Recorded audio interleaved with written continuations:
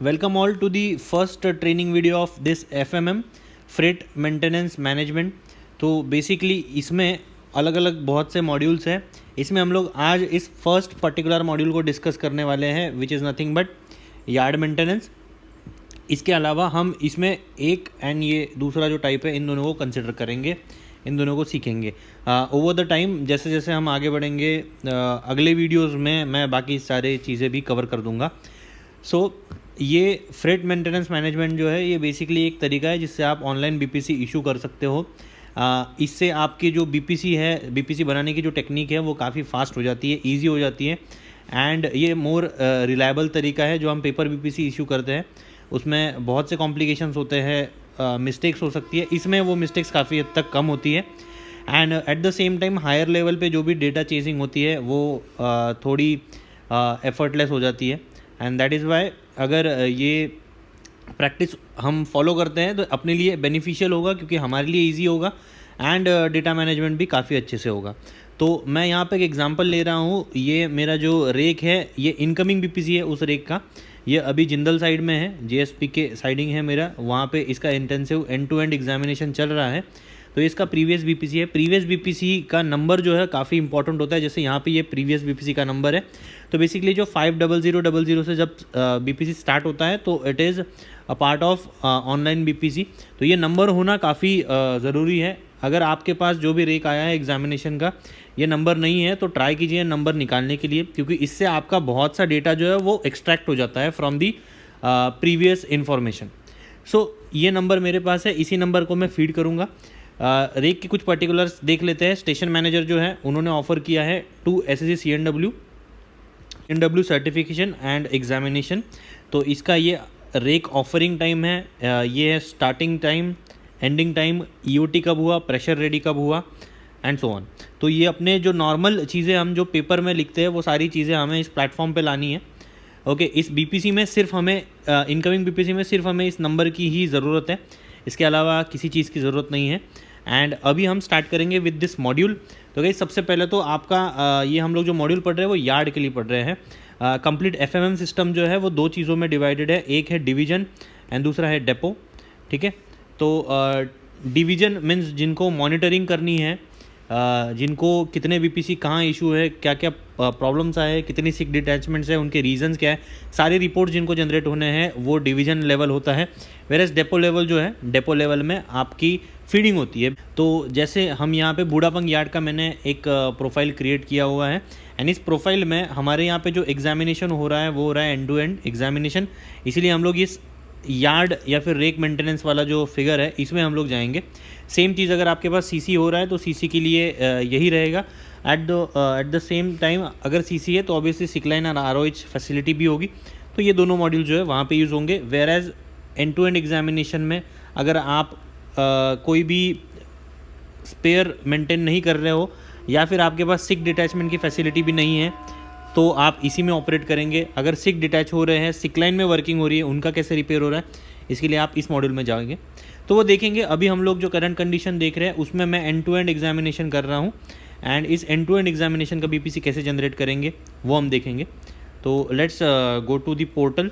तो पोर्टल के लिए आपको IRFMM सर्च करना है। तो इसके ये रोम्स का एक साइड आएगा, इसका एक एप्लीकेशन भी है गाइज। अगर आपको लगता है कि फ़ोन से ऑपरेट करना है तो ये देखिए नीचे गूगल पे इसके लिंक है। सिर्फ आप एंड्रॉयड जो आपका फ़ोन है उसके प्ले स्टोर में जाएंगे, IRFMM टाइप करेंगे तो आपका सेम यूज़र ID से वो एक्सेस हो जाएगा।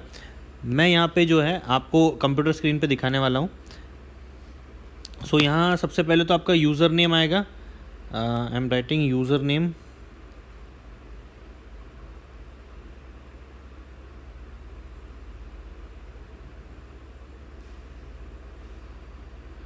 इसके बाद पासवर्ड रख रहा हूँ।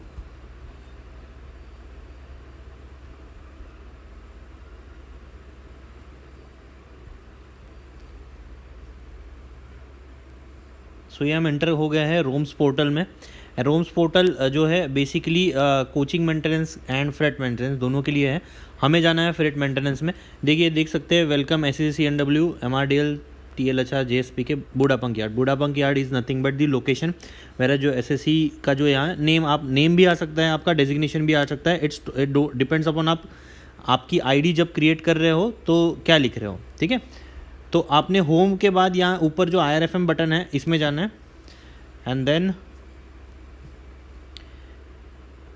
IRFM की जो साइट है वो लोड हो जाएगी. कभी कभी लोडिंग फेल हो जाता है तो इसको रीलोड कर लिया करो. Click here for new FMM application. This is the new FMM application. इसका ये टेबल है. तो यहाँ पे बेसिकली हमें कोई भी यार्ड एग्जामिनेशन जब करना है तो इसमें हमें 2 टैब की ज़रूरत है, yard maintenance, rake maintenance and add view update wagon. ये कब होता है ऐड व्यू अपडेट वैगन वो भी बताऊँगा. पहले हम चलते हैं यार्ड मेंटेनेंस में. तो यहाँ पे देख सकते हैं, यहाँ पे कलर कोडिंग होती है. अगर कोई रेक जो है 24 आवर्स से ज़्यादा स्टेबल है BPC इशू होने के बाद तो ऑब्वियसली वो इनवैलिड BPC हो जाएगा. ये तो कॉमन रूल है फ्रॉम मैनुअल. बट इसमें आपको अलग से नोटिफिकेशन आएगा. वो जो रेक का कलर है वो रेड हो जाएगा. Same goes with orange. Okay, उसके लिए अलग रूल्स है. चलो ओके दबा देते हैं. एंड जैसे ही कोई भी रेक आता है एग्जामिनेशन के तो हम लोग करेंगे क्रिएट रेक. क्रिएट रेक में पहला हम चूज़ करेंगे कौन सा एग्जामिनेशन करना है. चारों तरीके की चीज़ें हम कर सकते हैं. एंड टू एंड कर सकते हैं, CC कर सकते हैं, प्रीमियम कर सकते हैं एंड हम रीवैलिडेशन भी कर सकते हैं. तो मैं end to end examination select करता हूँ. अगर मेरे पास BPC का नंबर नहीं है, इनकमिंग BPC की बात कर रहा हूँ, तो यहाँ जो BPC नंबर नॉट अवेलेबल में मैं नो कर दूँगा. देखिए जैसे ही नो करता हूँ यहाँ पे दूसरा आ जाता है, एक दूसरा स्क्रीन आता है. इस स्क्रीन में बेसिकली आपको खुद से सारी डिटेल्स भरनी है. क्यों? क्योंकि इसका जो प्रीवियस हिस्ट्री है वो अवेलेबल नहीं है. उसके बाद क्रिएट रेक दबाना है. बट जैसे मैंने आपको बोला कि ट्राई कीजिए कि आप कैसे भी करके प्रीवियस ऑनलाइन BPC का नंबर ले लेंगे. तो इससे बेटर क्या होगा कि आपको ज़्यादा हेडेक नहीं रहेगा. बहुत सा डेटा जो है आपका ईजीली वहीं पे यूटिलाइज हो जाएगा. तो मैं इसका जो नंबर है वो भर देता हूँ 387356 5000003. तो ये जैसे ही मैं शो डेटा करता हूँ ये कंप्लीट सिस्टम से एक्सट्रैक्ट कर लेगा. एंड देखिए यहाँ आपको पता चल गया है क्या क्या इनकमिंग है, क्या क्या आउटगोइंग है. तो FMM का रेक ID मुझे मिल गया है, कौन से यार्ड में आया है. ये ठीक है, यार्ड यहाँ पे तो चेंज होना चाहिए क्योंकि ये जिंदल में एग्जामिन हो रहा है. बट ठीक है, जब आप इसका अलग अलग मैपिंग करोगे तो ये यार्ड भी चेंज हो जाएगा. मैपिंग कैसे करते हैं वो किसी और वीडियो में बता दूंगा. कौन से लाइन में ऑफर हुआ है तो मैं जो मेमो था उसमें चला जाता हूँ. ये लिखा है लाइन नंबर 9 में ऑफ़र हुआ है. तो डिफ्रेंशिएट करने के लिए मैं यहाँ पे लाइन नंबर जो है उसके साथ JSPK भी लिख देता हूँ, जिससे पता रहेगा कि ये जिंदल की जो साइट है वहाँ पे एग्जामिनेशन हुआ है. फॉइस का जो रेक ID है उसको क्रिएट करने की कोई ज़रूरत नहीं है. फॉइस ऑफरिंग मेमो ID छोड़ दो, फॉइस लाइन नंबर छोड़ दो. रेक टाइप, अब ये कौन सा रेक टाइप है? बहुत सारे रेक टाइप यहाँ पे लिस्टेड है जितने भी इंडियन रेलवेज़ में चलते हैं. बट ये इसमें हम लोग बेसिकली फॉर्मेशन देख लेते हैं. तो फॉर्मेशन में देखेंगे तो BRN है, बोस्ट है, BRN बोस्ट. तो एक तरीके से ये मिक्स्ड रेक है. तो यहाँ जाके मिक्स्ड रेक सिलेक्ट कर देते हैं. जो भी आपका रेक होगा आप उसकी टाइप देख लीजिए, लेकिन एक बार प्रीवियस BPC जो है वो रेफ़र कर लेना. रेक का स्टेटस कैसे है, एग्जामिनेशन कैसे हुआ था, एम्प्टी में या लोडेड में. तो यहाँ एम्प्टी में एग्जामिनेशन हुआ था इसलिए एम्प्टी सिलेक्ट करता हूँ. किसने रिपोर्ट किया है तो देखिए ये जो मेमो आया था वो SM से आया था, SMKPJG. ओके, तो ये डिटेल्स है. लास्ट अनलोडिंग पॉइंट नहीं पता, छोड़ दो, कोई प्रॉब्लम नहीं है. ये लास्ट BPC का डिटेल्स आ जाएगा, इसकी भी कोई ज़रूरत नहीं है. ये देखिए ये आ गए आपके पूरे वैगन डिटेल्स. तो जैसे मैंने बोला था प्रीवियस BPC जब हमारे पास आ जाता है, ये प्रीवियस BPC मैंने जो नंबर डाला उससे मैंने ये सब चीज़ें एक्सट्रैक्ट कर ली. तो मेरा बहुत सा काम बच गया. अभी मुझे मैन्युअली जाके सब वैगन्स का PRO लिखने की ज़रूरत नहीं है. It is directly into the system. यहाँ से मैं सेव करता हूँ रेक को एंड ये रेक जो है मेरा क्रिएट हो गया है. तो देखिए आप देख सकते हो रेक जो है क्रिएट हो गया है. अभी इसका जो टैब है, इसके टैब को जैसे ही मैं ओपन करता हूँ तो अलग अलग चीज़ें मुझे दिखती हैं. मुझे BPC इशू करने के लिए ये सारी डिटेल्स जो है वो भरना है. तो सबसे पहले तो रेक अराइवल कर लेता हूँ. रेक कब अराइव हुआ है तो मेरे पास जो डिटेल्स है वो मुझे बता रहे हैं कि ऑड आवर्स 31 मिनट्स पे 2 तारीख को रेक जो है अराइवल हुआ है. तो बस 2 तारीख जो है उसका एक्चुअल अराइवल डेट मैंने डाल दी. ठीक है, उसके बाद जो टाइम है वो भी डाल दिया, कब आया है, ऑड आवर्स एंड 30 मिनट्स. तो अच्छी बात ये है कि फ़ोन से भी ऑपरेट हो सकता है तो काफ़ी इजी हो जाता है. तो ये देखिए रेक आ गया है, तो यहाँ लिख के आ गया स्टेटस में रेक अराइव्ड. उसके बाद लिंक टू FOS. तो link to FOIS, FOIS generally linking जो है ये नेसेसरी नहीं है। जब आपको फॉइस से ऑफ़र किया जाएगा रेक, तब ये फॉइस की लिंकिंग ज़रूरी होती है। कोई प्रॉब्लम नहीं है अगर फॉइस का लिंकिंग नहीं हुआ। वैगन कंपोजिशन देख लेते हैं। वैगन कंपोजिशन जब भी आएगा एक बार पर्सनली जाके आप लोग इसको चेक कर ले। अगर कोई भी इसमें नया ऐड करना है तो ऐड कर देंगे। अगर वो वैगन जो है इसमें कोई एक्स्ट्रा है या फिर गलती से दिखा रहा है तो उसको डिलीट भी कर सकते हैं। जैसे मैं आपको बता देता हूँ, अगर लेटर से मुझे कोई भी वैगन ऐड करना है तो मैं क्या करूँगा, या फिर अगर मेरे पास मैंने प्रीवियस रेक आईडी से डेटा लिया एंड कोई भी मेरे पास वैगन नहीं है, इसमें वैगन लिस्ट दिखाई नहीं दिया, तो मुझे ऑब्वियसली मैन्युअली ऐड करने पड़ेंगे सब। तो ऐड कैसे करेंगे, तो ऐड करने के लिए मैं क्या करता हूँ, कोई भी वैगन नंबर लेता हूँ। ओके, तो गाइस देखो यहाँ पे कभी भी वैगन नंबर जो भी हम लिख रहे हैं, जनरली जो एफएमएम सिस्टम है उसमें आपके जो वैगन नंबर्स है वो ऑलरेडी फीड किए हुए हैं, उनकी सारी पीआरओ डिटेल्स है। तो मैं एक रैंडम वैगन नंबर कोई भी डाल रहा हूँ जो मेरे पास डिटेल है, वो इस रेक का पार्ट नहीं है।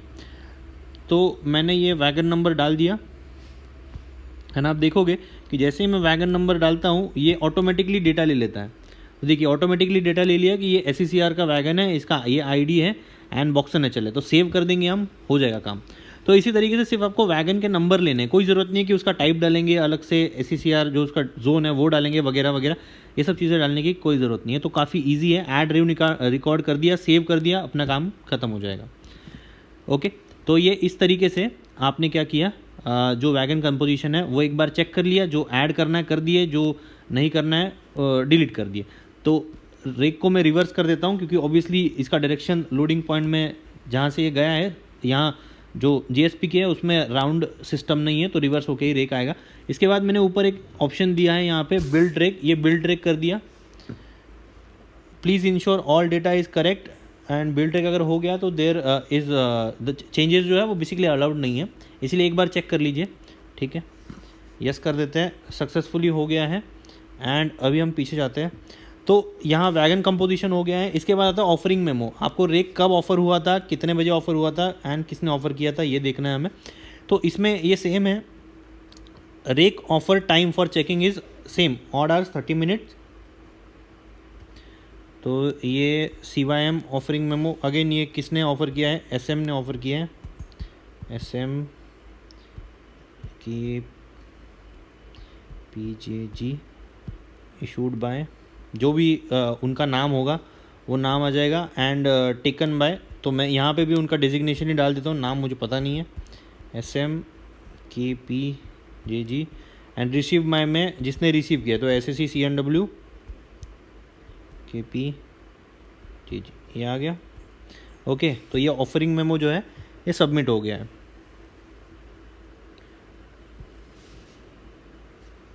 अभी यहाँ पे प्रायोरिटी वगैरह ऊपर लिखी है, कोई इसमें कोई स्पेसिफिकली चेंज करने की ज़रूरत नहीं है। रेलवेज़ में सारे रेक की प्रायोरिटी कभी भी हाई ही होती है, तो डोंट वरी अबाउट इट। इसके बाद offering memo examination activity. Next examination activity में हम क्या करेंगे, ये देखिए यहाँ पे बहुत सी चीज़ें दी हुई है। मेमो नंबर जो है, मेमो नंबर लिख दिया है SM KP JG। उसके बाद किसने इशू किया है, सेम सेशन मास्टर, किसने रिसीव किया है SSC, प्रायोरिटी हाई है। उसके बाद इशू टाइम लिख लिया है। अभी मेरे पास मैंने क्या करना है, रिसीव टाइम। तो ये बाकी जो नील लिखा हुआ है इनको मैं पुट करूँगा। तो सबसे पहला तो जो एग्जामिनेशन स्टार्ट डेट है एंड एग्जामिनेशन स्टार्ट डेट तो है मेरे पास, एंड डेट मुझे लिखना है। ओके, तो इन सभी को मैं मॉडिफाई कर देता हूँ। तो देखिए कुछ प्रॉब्लम हो गया यहाँ।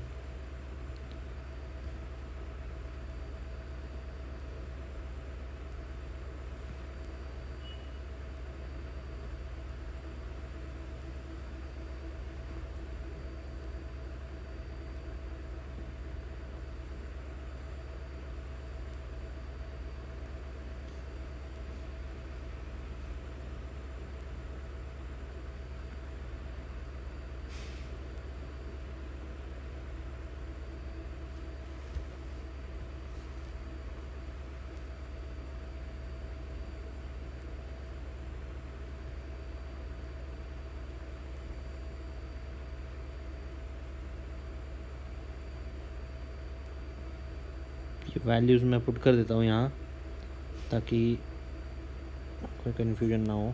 32।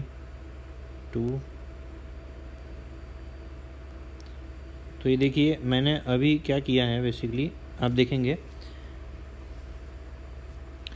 इशू डेट जो है T431 का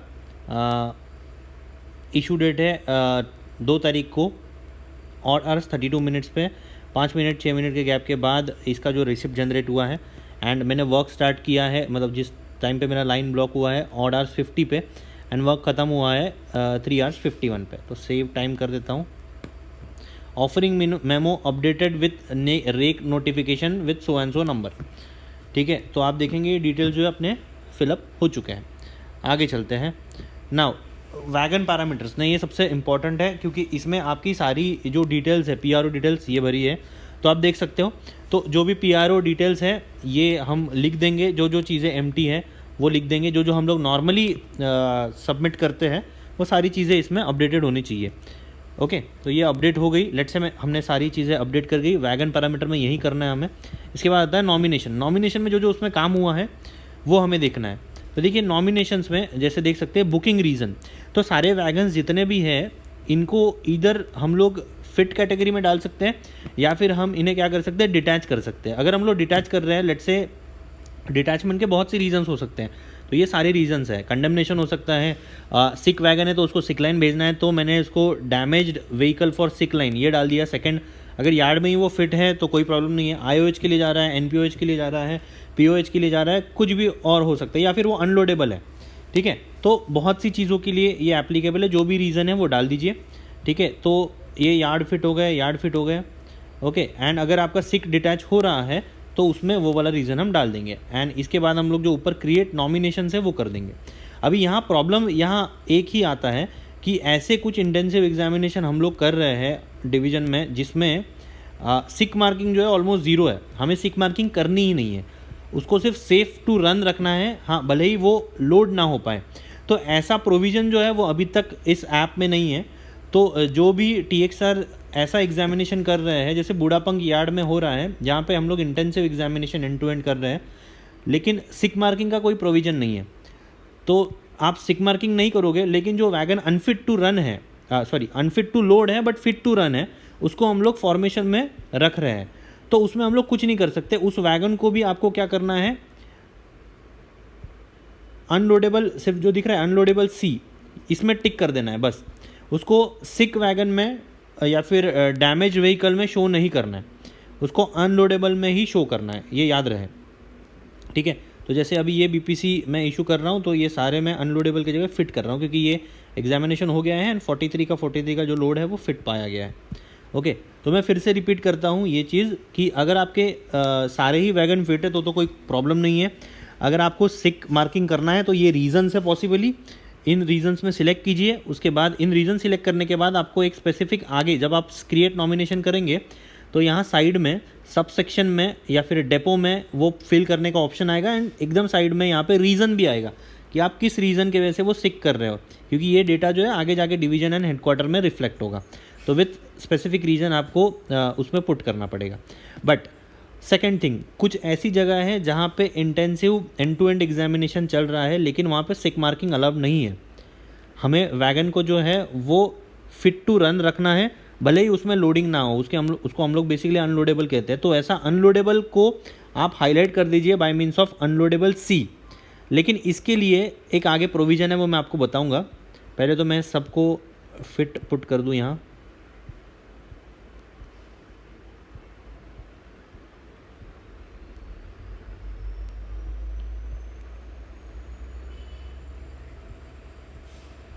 अच्छा, बहुत सी जो स्टील साइडिंग्स हैं उनमें लोडिंग के बाद भी वैगन जो है वो सिक होता है, तो आप BPC को जो है इशू करने के बाद एडिट भी कर सकते हो। अगर आगे जाके वो सिक हो जाता है before leaving your yard, then उसको आप सिक मार्क करके BPC एडिट करके नया BPC जो जनरेट कर सकते हो। उसके लिए भी आगे ऑप्शन है, वो भी मैं दिखा दूंगा। तो ये सारे मैंने जो है फिट फॉर लोडिंग कर दिए एंड क्रिएट नॉमिनेशन कर दिया, तो वैगन्स जो है नॉमिनेट हो गए सक्सेसफुली कि ये सारे फिट हैं। देखिए जैसे ये एंड में आप देख सकते हो सारे वैगन फिट है, इसलिए कोई वर्कशॉप या फिर सबसेक्शन वगैरह नहीं आया है। लेकिन ऐड डिफेक्ट एंड रिमार्क्स ये चीज़ आ गई है। अभी अगर मैं चेंज करता हूँ इसका नॉमिनेशन टाइप तो ये सिक में चला जाएगा एंड वहाँ पे आपको क्या भरना पड़ेगा, इसमें क्या क्या डिफेक्ट है, क्या क्या प्रॉब्लम है, ये सब चीज़ें भरनी पड़ेंगी। अभी सारे वैगन्स फिट है तो कोई लेना देना नहीं है। चलो आगे चलते हैं। यहाँ एक दिख रहे हैं अनफिट मेमो क्रिएशन ना। ये जो अनफिट मेमो क्रिएशन है ये तभी आता है, ये जो अनफिट मेमो आता है बेसिकली तभी आता है जब आप वैगन नॉमिनेशन में वैगन्स को सिक या फिर पीओएच कटिंग या फिर कुछ भी चीज़ों के लिए फिट छोड़ के कोई भी दूसरा ऑप्शन दे दोगे, फिट एंड अनलोडेबल छोड़ के कोई भी दूसरा ऑप्शन अगर दे दोगे तो जो मेमो है वो ऑटोमेटिकली क्रिएट हो जाता है। तो जैसे यहाँ लिखा है अनफिट मेमो क्रिएशन, जब मैं इस पर क्रिएट करता हूँ तो ये लिख के आता है प्लीज़ नॉमिनेट वैगन फर्स्ट। क्यों? क्योंकि हमने वैगन नॉमिनेशन में सारे वैगन्स को फिट दे दिया है। अगर मैं इनमें से जो वैगन्स है उनको किसी भी 2-3 वैगन को मैं लेट से सिक कर देता for any reason, then automatically ये अनफिट मेमो वाला जो चीज़ है ये जनरेट हो जाता। एंड अनफिट मेमो का जो रिसीविंग है फिर आप इसको पुट कर देते हैं। अनफिट मेमो ऑब्वियसली हमें किसको देना है ये तो आपको पता ही है, तो आप अनफिट मेमो क्रिएट करके उसका अटैचमेंट करके उसको दे देते हैं एंड क्या करते हैं, जो अनफिट मेमो है उसका रिसीविंग ले लेते हैं। आप होपफुली आप ये समझ पा रहे हो कि अनफिट मेमो क्रिएट ये जो ऑप्शन है ये तभी इनेबल होगा जब हम सिक मार्किंग करेंगे। जनरली अगर सिक मार्किंग नहीं हो रहा है तो अनफिट मेमो की ज़रूरत नहीं है, सारे लोड है तो there is no need of unfit memo. But division में कुछ ऐसे रेक चलते हैं जिनमें अनफिट वैगन होते हैं या फिर अनलोडेबल वैगन होते हैं, इनके रिलेटेड ये चीज़ नहीं है। स्टैंडर्ड अगर देखेंगे तो वैगन अनफिट जब होता है तो उसको सिक करके उसको सिक लाइन में दे देना है ताकि वो फिट हो सके। हमें फुल लोड रेक चलाना होता है, लेकिन अभी भी बहुत सी जगह पे वैगन्स में अनलोडेबल वैगन्स चलते हैं, वो अनलोडेबल वैगन अलग है, ये अनफिट मेमो अलग है।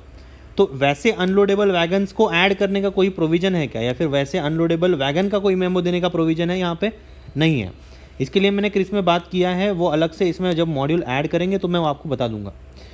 So for the time being हमने ये समझ लिया रेक अराइवल कैसे देखना है, वैगन कंपोजिशन क्या करना है, ऑफरिंग मेमो कैसे क्रिएट करना है, एग्जामिनेशन में क्या करना है, wagon parameter and wagon nominations. After this हम बीपीसी को जो है क्रिएट कर देंगे। तो क्रिएट बीपीसी हम करते हैं। क्रिएट बीपीसी में हम क्या करेंगे, जो जो चीज़ें हैं ये सारी ऐड करेंगे।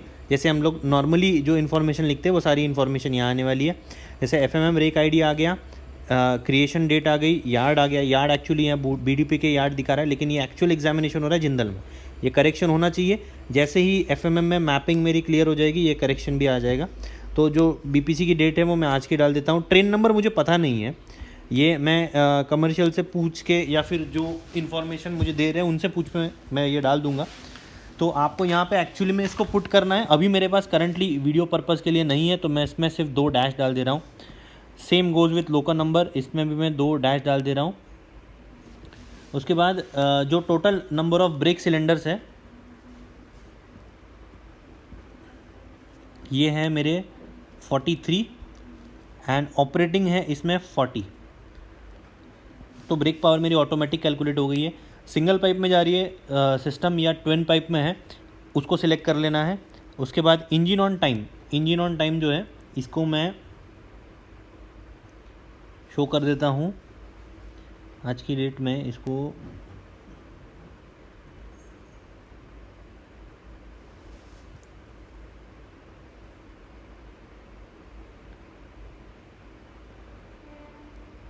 (21, 22) शो कर देता हूँ। एयर प्रेशर रेडी अभी का करंट ही डाल देता हूँ, क्योंकि जब मैंने इसका एमटी एग्जामिनेशन किया था तभी मैंने इसका मैक्सिमम एयर प्रेशर रेडी जो है वो कर दिया था। ओके, उसके बाद डेस्टिनेशन अगेन आपको पुट करना है, लेकिन मुझे डेस्टिनेशन फॉर वीडियो पर्पज़ पता नहीं है तो मैं इसमें डैश डाल दे रहा हूँ। सेम गोज़ डेजिग्नेशन, किसने लिखा है, ये जो डेस्टिनेशन लिखा है ये किसने लिखा है, जो मेरा करंटली साइट पे जेई है KPJG। आज का डेट आ जाएगा, station will be KPJG। Okay, driver name again I don't know the same thing, तो मैं इसमें डैश डाल दे रहा हूँ। ठीक है, आप जब एक्चुअल में बीपीसी इशू करेंगे तो इसमें आपको ये नाम जो है वो लेने हैं एंड से पुट कर देना है उनके initial. Same SEC and JE का नाम मुझे पता है M Murmu and driver on train अभी let's say 1 hour, guard on train same 1 hour. ये डेटा जो है आपको एक्चुअली पूछ लेना है। ठीक है, भले ही एग्जैक्ट ना हो लेकिन अप्रॉक्सीमेट तो होना ही चाहिए।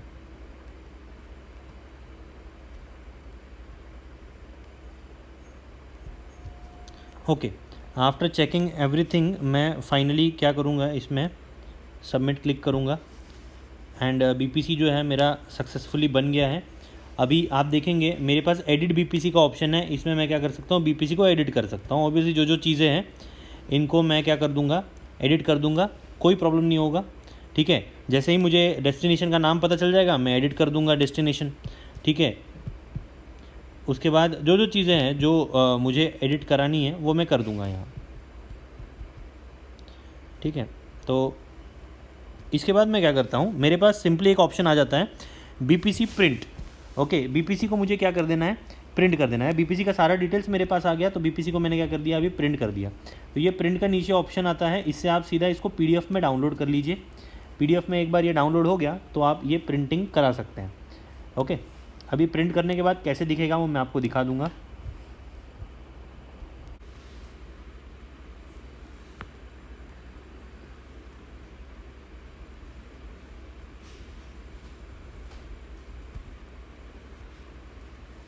इसको मैंने ओपन कर लिया एंड ये दिख रहा है आपको कि इस तरीके से जो बीपीसी है वो इशू हो गया है। इसमें चेंजेस आप कर सकते हो, एडिट बीपीसी में जाके आप चेंजेस कर सकते हो। ठीक है, लेकिन आप देख सकते हो बाकी मेजॉरिटी चीज़ें हो गई है। यहाँ गार्ड का नाम, ड्राइवर का नाम, उनका साइन होना ज़रूरी है। मेरे पास वैल्यू नहीं था, नाम नहीं था, इसलिए मैंने डैश कर दिया है। जैसे ही नाम आ जाएगा मैं उसमें एडिट ऑप्शन जो है, ये जो मेरा एडिट ऑप्शन है इसमें मैं चला जाऊँगा एंड एडिट ऑप्शन में चला जाऊंगा एंड यहाँ पे जो वैल्यूज़ हैं उनको एडिट कर दूंगा। Okay, I hope it is clear. तो बीपीसी इशू होने के बाद काम यहाँ रुकता नहीं है, आपको क्या करना है, बीपीसी हैंडओवर करना है टू क्रू। तो जो भी टाइम में बीपीसी हैंडओवर हुआ उसकी वैल्यू डाल दीजिए, सबमिट कर दीजिए। एंड जिस भी टाइम में रेक डिस्पैच हुआ वो भी डाल दीजिए। तो जो भी टाइम आपको पता चला कि रेक इतने बजे इतने डेट में डिस्पैच हो गया उसको डाल दीजिए, सबमिट कर दीजिए।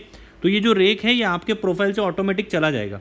अगर ये रेक आपने डिस्पैच नहीं किया तो ये रेक जो है एक तरीके से इनवैलिड हो जाएगा ओवर द टाइम एंड ये लिंक नहीं होगा टू द सिस्टम। इसीलिए कभी भी आपकी प्रोसेस जो है वो एंड होगी रेक डिस्पैच पे।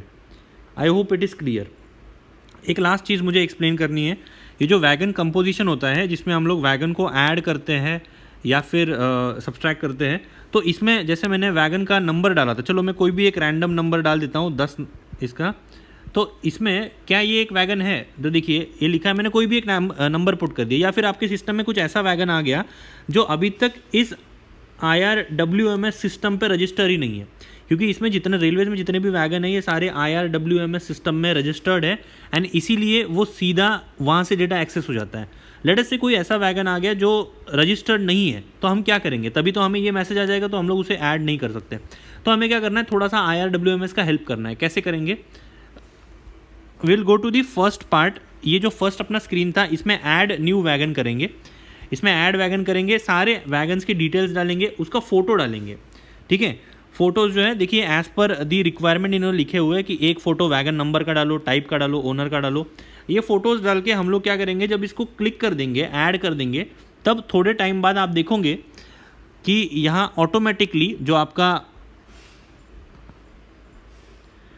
वैगन कंपोजिशन वाला सिस्टम है उसमें जब वो सेम नंबर से आप ऐड करोगे तो तभी वो वैगन जो है वो दिख जाएगा। ठीक है, ये एक लास्ट चीज़ है। इसके साथ आपका ऑलमोस्ट जो यार्ड मेंटेनेंस होता है, यार्ड में जो भी आप बीपीसी इशू कर रहे हैं, इसका प्रोसीजर ख़त्म हो जाता है। किसी भी पॉइंट पे आपको लगता है कि मैंने गलत कुछ कर दिया है, गलत रेक इन्फो कर दिया है, तो यहाँ पे एक डिस्कार्ड रेक का ऑप्शन भी है। ये डिस्कार्ड रेक का जो ऑप्शन है इसको मैं आपको थोड़ा एक्सप्लेन कर देता हूँ। और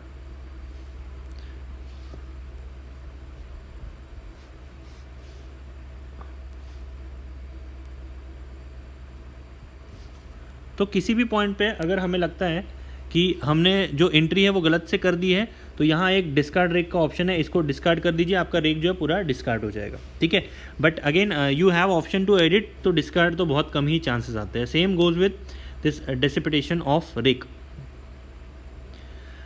इशू ऑफ फ्रेश बीपीसी, ये भी सेम चीज़ आती है। एग्जामिनेशन टाइप अगर चेंज हो गया है तो वो भी आ जाएगा। मॉडिफाई अनफिट मेमो, ऑब्वियसली जैसे मैंने आपको बोला ये दो चीज़ें जो है ये बेसिकली तभी यूज़ होती है जब वैगन सिक होता है, मतलब फॉर्मेशन से डिटैच होता है।